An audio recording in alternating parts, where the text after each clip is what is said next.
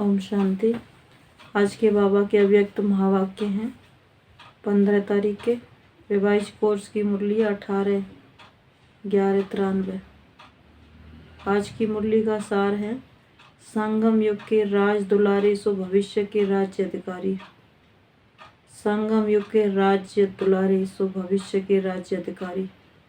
आज बाबा ने संगम युगी बच्चों की विशेषता बताई कि संगम युगी जो बच्चे हैं, बाबा ने कहा स्वराज्य अधिकारी। स्वराज्य अधिकारी माना स्वयं की जो 5 कर्म इंद्रियां हैं उन पर राज्य करने वाले। जैसे बाबा ने कहा मन बुद्धि संस्कार शक्तियां हैं, गुण हैं, ये सब हमारे कब कार्य करते हैं? जब कर्म इंद्रियों पर राज्य करते हैं। तो 5 कर्म इंद्रियों को जीतने वाले को ही राजा कहा जाता है। तो बाबा ने कहा संबंध संपर्क के जो कर्मचारी हैं उन पर भी राज्य करने वाले ही संगम युगी राज्य अधिकारी हैं। तो बाबा ने कहा उन आत्माओं में जो स्वराज्य अधिकारी आत्माएं हैं उनमें ज्ञान गुण शक्तियाँ स्वतः कार्य करती हैं कि उन्होंने स्वयं पर राज्य किया हुआ है। और फिर बाबा ने कहा उनको टाइटल भी मिल जाता है। ब्राह्मण आत्माओं को परमात्मा ने टाइटल दिया संगम युगी ब्राह्मण आत्माएं। तो ये टाइटल स्वयं परमात्मा का दिया हुआ है। और टाइटल भी बाबा ने कहा उन आत्माओं को मिलता है जो स्वराज्य अधिकारी हैं। जो परवश हैं उनको नहीं मिलता है, क्योंकि वो तो कभी कि क्या स्थिति होती है, कभी कैसी स्थिति होती है। और फिर बाबा ने कहा कोई राजा बनेगा तो वो ढीला ढाला होगा तो उसका राज्य चलाना उसको आएगा नहीं, तो वो राज्य अधिकारी बनता नहीं है। तो बाबा ने कहा जो यहाँ कर्म इंद्रियों पर राज्य करना जानता है वही सतयुग का राज्य अधिकारी बनेगा। स्वराज्य अधिकारी ही सो राज्य अधिकारी है। तो आज के महावाक्य संगम युग के राज दुलारे सो भविष्य के राज्य अधिकारी। आज सर्व बच्चों के दिलाराम बाप अपने चारों ओर के सर्व राज दुलारे बच्चों को देख रहे हैं।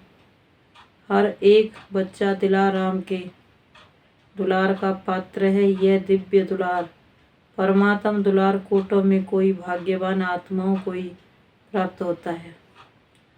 अनेक जन्म आत्माओं व महान आत्माओं द्वारा दुलार अनुभव किया है। अब इस एक अलौकिक जन्म में परमात्म प्यार व दुलार अनुभव कर रहे हो। इस दिव्य दुलार द्वारा राज दुलारे बन गए हो। इसीलिए राज दिलाराम बाप को भी अलौकिक फकुर है कि मेरा हर एक बच्चा राजा बच्चा है। राजा हो ना, प्रजा तो नहीं हो। तो बाबा ने कहा सभी अपना टाइटल क्या बताते हो? राजयोगी। सभी राजयोगी हो व कोई प्रजा योगी भी है, सब राजयोगी हो। तो राजयोगी बाबा ने कहा हो राजयोगी या प्रजा योगी? सब राजयोगी हो तो प्रजा कहाँ से आएगी? राज्य किस पर करेंगे? प्रजा तो चाहिए ना। तो वो प्रजा योगी कब आएंगे? राज दुलारे अर्थात अब के राजे भी और संगम भविष्य के भी राजे, डबल राज्य है। बाबा ने कहा स्वयं के राज्य अधिकारी और फिर भविष्य के डबल राज्य है। सिर्फ भविष्य का राज्य नहीं, भविष्य से पहले स्वराज्य।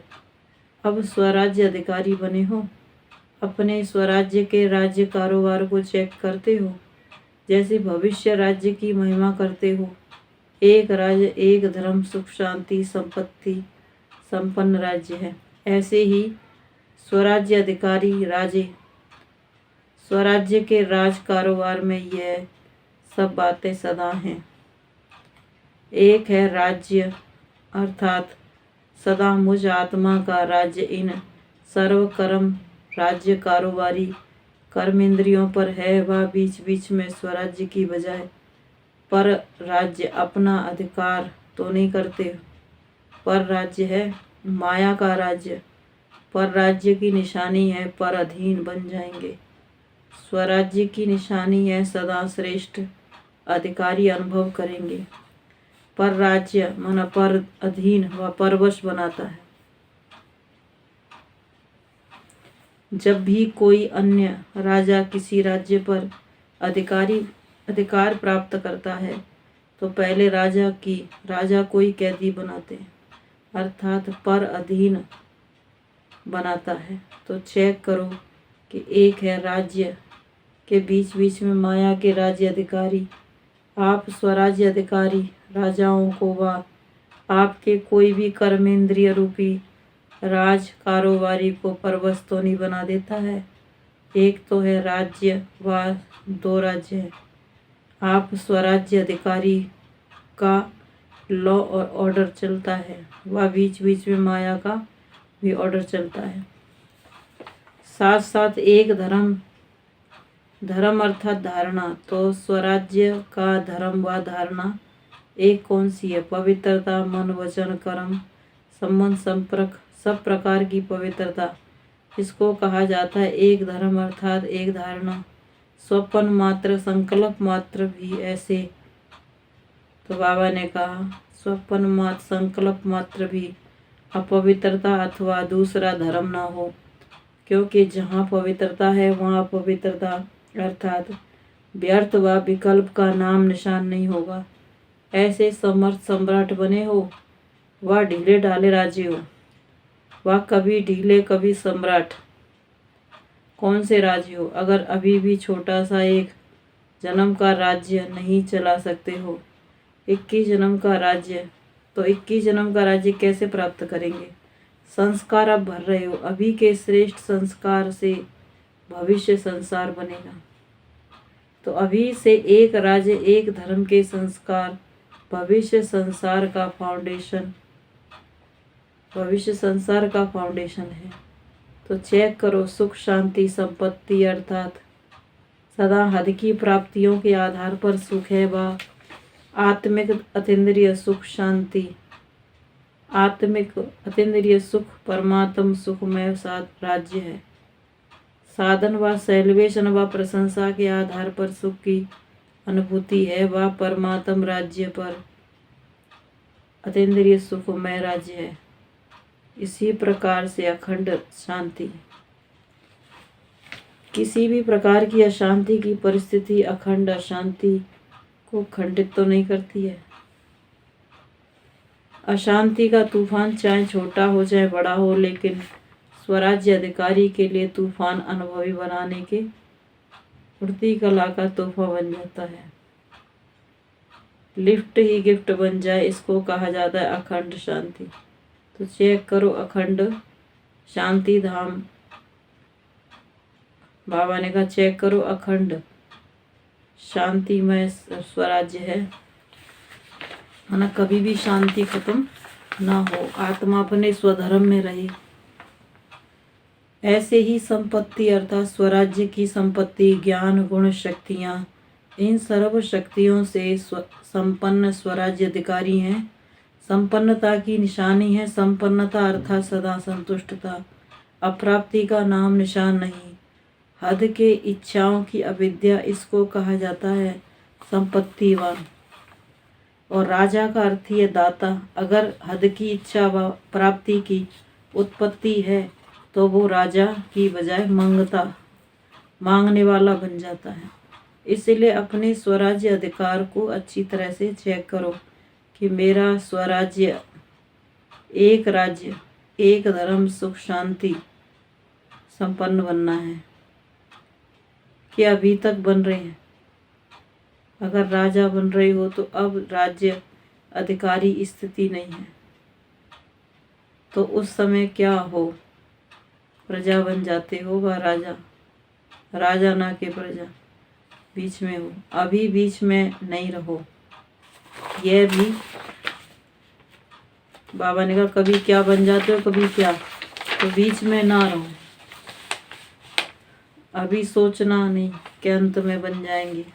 अगर बहुत काल का राज्य भाग्य प्राप्त करना ही है, बहुत काल के स्वराज्य का फल है बहुत काल का राज्य। फुल राज्य के अधिकार का आधार वर्तमान आधार का स्वराज्य है। समझा? कभी अलबेले नहीं रह जाना, हो जाएगा नहीं करते रहना। बाप दादा को बहुत मीठी बातों से बहलाते हो, राजा की बजाय बहुत बढ़िया वकील बन जाते हो। ऐसी ऐसी लॉ पॉइंट सुनाते हो जो बाप भी मुस्कराते हैं। वकील अच्छा समझाते हैं राजा, वकील अच्छा समझाते हैं वह राजा। तो बाबा ने कहा इसलिए देखते सुनते भी मुस्कराते हैं। अब अभी धर्मराज से काम नहीं लेते। सने सभी को चला रहा है, सने के कारण पहुंच गए हो ना। तो सने के रिश्पांड में बाप दादा भी पदम गुणा सने का रिटर्न दे रहे हैं। देश विदेश के सभी बच्चे सने के विमान द्वारा मधुबन में पहुंच गए हैं। बाप दादा साकार रूप में सबको, आप सबको स्नेह स्वरूप में सर्व बच्चों को देख रहे हैं। अच्छा, सर्व स्नेह में समाये हुए सभी बच्चों को सर्व स्वराज्य अधिकारी सो विश्व राज्य अधिकारी, श्रेष्ठ आत्माओं को, सर्व प्राप्ति संपन्न आत्माओं को, श्रेष्ठ संपत्तिवान विशेष आत्माओं को सदा एक धर्म एक राज्य एक सम, बाबा ने कहा संपन्न, सदा एक धर्म एक राज्य संपन्न स्वराज्य अधिकारी, बाप समान भाग्यवान आत्माओं को भाग विधाता बाप दादा का याद प्यार और नमस्ते। हम रूहानी बच्चों की रूहानी माता पिता बाप दादा को गुड मॉर्निंग और नमस्ते। नमस्ते बाबा, नमस्ते। दादियों से मुलाकात, सभी कार्य अच्छे से चल रहे हो, अच्छे उमंग उत्साह से कार्य कर रहे हो, करावनहार करा रहे हैं और निमित्त बन करके करने वाले कर रहे हैं, ऐसे अनुभव होता है ना। सर्व के सहयोग की अंगुली से हर कार्य सहज ही और सफल होता है जैसे हो रहा है। तो ये जादू अलौकिक लगता है ना, ये जादू लगता है ना। दुनिया वाले तो देखते हैं और सोचते रहते हैं, और आप निमित्त आत्माएं सदा परमात्म चिंतन है, इसीलिए बेफिक्र है। बेफिक्र अच्छा है, अच्छा अविनाशी संबंध है, अच्छा तो सब ठीक है, ठीक चल रहे हैं, सब ठीक चल रहा है, चलना ही है, निश्चय है और निश्चिंत है। क्या होगा कैसा होगा ये चिंता नहीं। टीचर्स को कोई चिंता है, सेंटर से कैसे बढ़े के ये चिंता है, सेवा कैसे बढ़े ये चिंता है नहीं। बेफिक्र हो। चिंतन करना अलग चीज़ है, चिंता करना अलग चीज़ है। सेवा बढ़ाने का चिंतन अर्थात प्लान बनाते जाओ, लेकिन चिंता से कभी सफलता नहीं होगी। चलाने वाला चला रहा है, कल पहले तो बाबा ने कहा चलाने वाला चला रहा है, कराने वाला करा रहा है, इसीलिए सब सहज है। सिर्फ निमित्त बनकर संकल्प तन मन धन सफल करते चलो। जिस समय जो कार्य होता है वो कार्य हमारा कार्य है। जब हमारा कार्य है, मेरा कार्य है, तो जहाँ भी मेरापन होगा वहाँ सब कुछ स्वतः ही लग जाता है। जहाँ मेरापन होता है वहाँ तन मन धन स्वतः ही सब कुछ लग जाता है भगवान के कार्य में। तो अभी ब्राह्मण परिवार का विशेष कार्य कौन सा है? टीचर्स बताओ, ब्राह्मण परिवार का विशेष कार्य कौन सा है? जो विशेष कार्य होता है तो सबको अटेंशन, सबका अटेंशन कहाँ जाता है? उसी विशेष कार्य के प्रति। इसीलिए ब्राह्मण परिवार का सहयोग इस विश्व के कार्य में है ना, कि अपने अपने सेंटर में है। जितना बड़ा कार्य उतना ऊंचा, जितना बड़ा कार्य उतना ही बड़ा दिल, और जितना बड़ा होता है वह भी रुक जाता है, और बड़े दिल से असंभव संभव हो जाता है। मधुबन का ज्ञान सरोवर है, वह आपका है, किसका है? मधुबन का है ना, गुजरात का तो नहीं है ना। मधुबन का है, महाराष्ट्र का है, विदेश का है, साथी का है, बेहद की सेवा का हद का स्थान, अनेक आत्माओं को बेहद का वर्षा दिलाने वाला है। अच्छा, स्वयं परिवर्तन का वाइब्रेशन ही विश्व परिवर्तन लाएगा। तो बाबा ने कहा, सभी अपने को खुशनसीब आत्मा अनुभव करती हो। खुशी का भाग्य तो भाग्य विधाता, खुशी का भाग्य जो स्वप्न में भी नहीं था वो भाग्य प्राप्त कर लिया। तो अभी की बाबा ने कहा सभी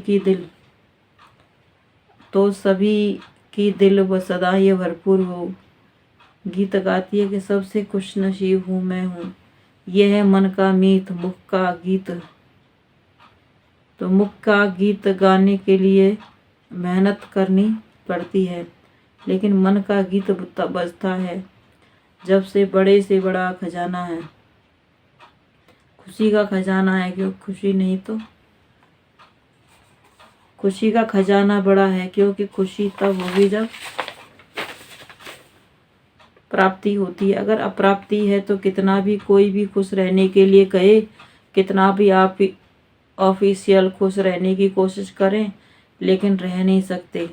तो आप सदा खुश रहो, या फिर कभी कभी रहते हो खुश जब चैलेंज करते हो कि हम भगवान के बच्चे हैं, तो जहाँ भगवान है वहाँ कोई अप्राप्ति हो सकती है क्या? तो सदा खुश रहना है। तो सदा सर्व प्राप्ति स्वरूप ब्रह्मा बाप का कर्तव्य क्या होता है? जो पाना था सो पा लिया। तो यह सिर्फ ब्रह्मा बाप का गीत है या आपका है? बाबा ने कहा गीत ब्रह्मा बाप का या आपका है? किसका गीत है? जो पाना था सो पा लिया, किसका गीत है? तो खुशी है सदा, क्योंकि सदा सर्व प्राप्ति संपन्न हो। तो यह ब्रह्मा बाप का गीत है, पाना था सो पा लिया। कभी कभी थोड़ी, बाबा ने कहा कभी कभी थोड़ी दुख की लहर आ जाती है। कब तक आएगी? अभी थोड़ा समय भी दुख की लहर नहीं आएगी। बाबा ने कहा जब विश्व के प्रति श्रेष्ठ शक्तियाँ श्रेष्ठ संबंध संपर्क में मिलेंगी ना, तो पहले स्वपरिवर्तन से विश्व का परिवर्तन, वाइब्रेशन से विश्व परिवर्तन होगा। डबल विदेशी आत्माओं की विशेषता है फास्ट लाइफ। तो परिवर्तन शक्ति में, तो परिवर्तन में भी क्या फास्ट। फॉरेन में ढीला ढाला चलता है ना, तो अच्छा नहीं लगता है। तो इसी विशेषता को परिवर्तन में लाओ। अच्छा, आगे बढ़ रहे हैं और बढ़ते ही रहेंगे। पहचानने में 3 पर पृथ्वी के नंबर, इस नंबर में आना है। तो जैसे ब्रह्मा बाप फर्स्ट नंबर में था ना, तो ऐसे ब्रह्मा बाप से प्यार है ना। अच्छा, माताएं कमाल करेंगी ना। जो कोई दुनिया असंभव समझती है, वो आपने सहज करके दिखा दिया। तो ऐसा बाबा ने कहा ब्रह्मा बाप से प्यार है ना। जो दुनिया मुश्किल समझती है, तो आपने करके दिखा दिया। ऐसा कमाल कर रही हो ना।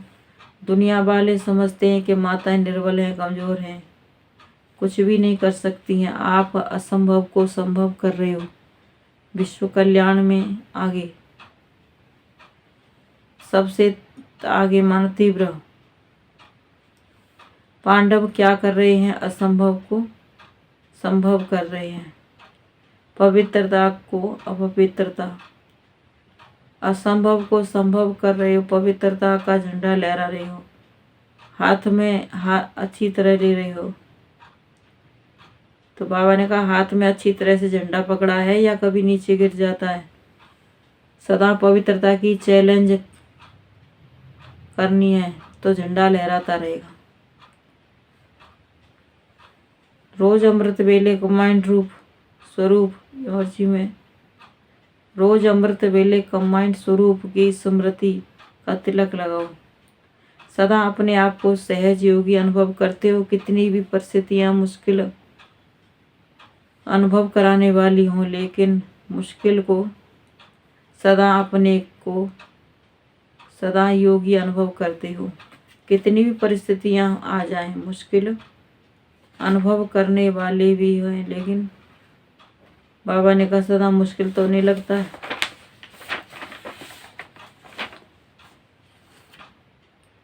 जब अकेले हो जाते हो तो कमज़ोर पड़ जाते हो, और कमज़ोर को ही आखिर बाबा ने कहा कमज़ोर को तो सहज बात भी मुश्किल लगती है। तो बाप का हाथ छोड़ चले जाते हैं। जब गरीब, तो बाबा ने कहा जब अकेले आए थे तो कमज़ोर बन पड़ जाएंगे, तो कमज़ोर को तो सहज है और ही सहज है। तो बाबा ने कहा कमज़ोर को तो सहज है ना।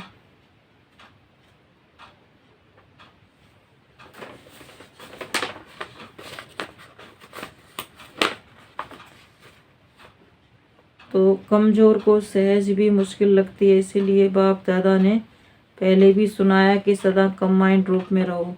कंबाइंड को कोई अलग नहीं कर सकता, कंबाइंड हो या कभी कभी कंबाइंड, ऐसा साथ फिर कभी मिलना है। फिर क्यों हाथ छोड़ देते हो? काम क्या दिया है? सिर्फ ये याद करो कि मेरा बाबा, इससे सहज काम हो जाएगा। तो मुश्किल है, 63 जन्मों के संस्कार हैं। अभी तो नया जन्म हो गया, जन्म जन्म नए संस्कार हैं। अभी पुरानी दुनिया में जन्म हो या नए जन्म, आधा आधा है। तो नए जन्म में स्मृति के संस्कार हैं या विस्मृति के। फिर नए को छोड़कर पुराने में क्यों जाते हो? नई चीज़ अच्छी लगती है ना, या पुरानी चीज़ अच्छी लगती है? फिर पुराने में क्यों चले जाते हो? रोज अमृत वेले स्वयं को ब्राह्मण जीवन की स्मृतियों।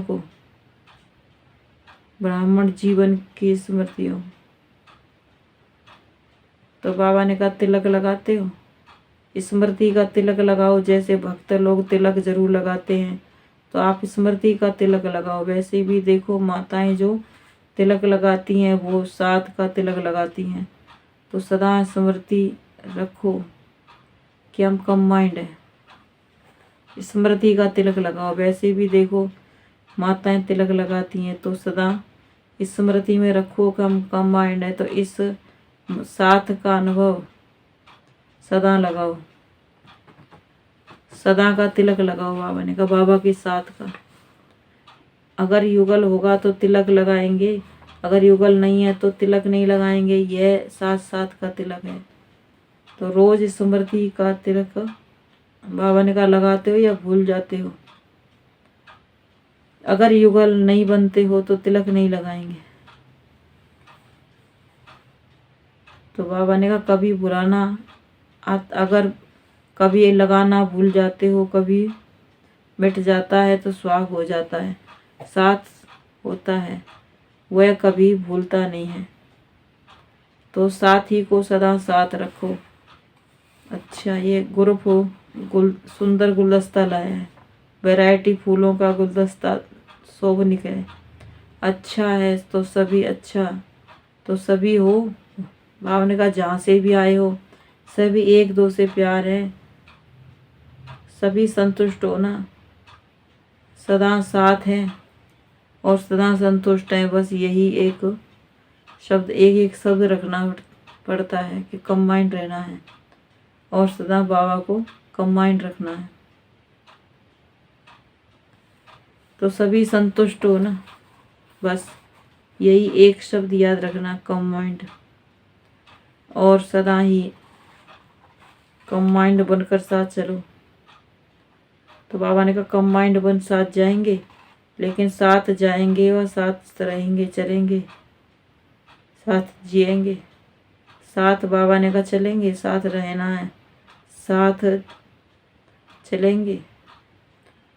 जिससे प्यार होता है ना, उससे अलग नहीं हो सकते। हर सेकंड हर संकल्प में साथ है। अच्छा, तो आज बाबा ने कहा विशेष वरदान में बैलेंस की विशेषता को सदा धारण कर ब्लेसिंग देने वाले शक्तिशाली सेवाधारी भव। बैलेंस की विशेषता को धारण कर सर्व को ब्लेसिंग देने वाले शक्तिशाली सेवाधारी भव। अभी आप शक्तिशाली आत्माओं की सेवा है सर्व को ब्लेसिंग देना, और नैनो चाहे नैनो द्वारा चाहे मस्तक मणि द्वारा। अभी आप शक्तिशाली आत्माओं का काम है।